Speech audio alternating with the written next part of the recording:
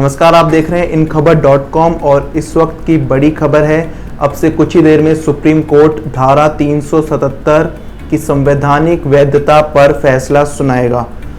आपको बता दें कि पिछले कई दिनों से सुप्रीम कोर्ट इस मामले की सुनवाई कर रहा है। सुप्रीम कोर्ट ने 17 जुलाई को इस मामले पर फैसला सुरक्षित रख लिया था।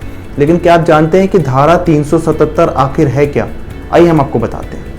दरअसल एक ही लिंग के लोगों के बीच अप्राकृतिक संबंध को अपराध अभी तक भारत देश में माना गया है। सुप्रीम कोर्ट ने अभी तक इसको कानूनी वैधता नहीं दी है। अब तक इसको अपराध की श्रेणी में रखा गया, यानी कि अगर दो समान लिंग के लोग अप्राकृतिक सेक्स करते हुए पकड़े गए तो उनको 10 साल तक की सजा हो सकती है। ऐसा नहीं है कि ये कोई कानून जो है ये अभी आया है, ये 18वीं सदी से चल रहा है भारत में। सबसे पहले अंग्रेज इसको लेकर आए थे। आइए हम आपको इसकी डिटेल से जानकारी देते हैं। दरअसल आखिर ये मामला है क्या। सबसे पहले धारा 377 को ब्रिटिश इंडिया ने पेश किया था। इसके बाद थॉमस मैकॉले ने 1838 में इसे तैयार किया था, जिसके बाद इसे 1861 में लागू किया गया। आपको बता दें, इसमें कहा गया था कि ये ईश्वर और मनुष्य के खिलाफ है। साथ ही समलैंगिकता को अपराध की श्रेणी में डाल दिया गया।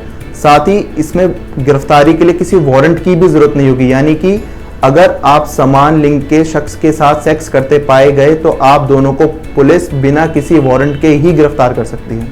आइए अब आपको आगे बताते हैं फिर क्या हो। इसके बाद साल 2009 में 2 जुलाई को हाईकोर्ट में नास फाउंडेशन ने हाईकोर्ट में एक पिटीशन डाली। पिटीशन में कहा गया कि अगर दो वयस्क अपनी मर्जी से संबंध बनाते हैं तो उसे अपराध न माना जाए।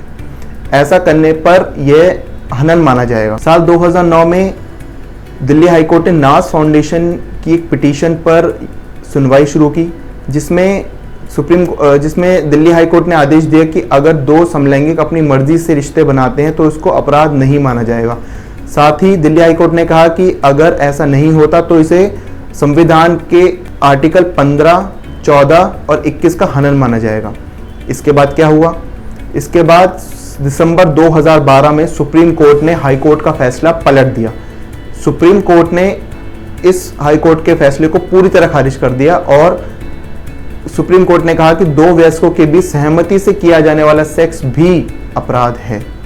आपको बताते हैं इसके बाद क्या हुआ। इसके बाद साल 2014 में शशि थरूर ने प्राइवेट मेंबर बिल पेश किया।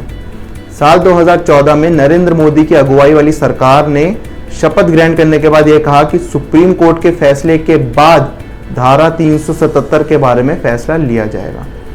लोकसभा के लिखित उत्तर में राज्य मंत्री गृह किरण रिजिजू ने कहा था कि मामला सर्वोच्च न्यायालय के सामने है। आईपीसी की धारा 377 के संबंध में एक निर्णय के बाद ही कोई ऐलान किया जा सकता है। साल 2016 में सुप्रीम कोर्ट में धारा 377 के खिलाफ 5 याचिकाएं डाली गई।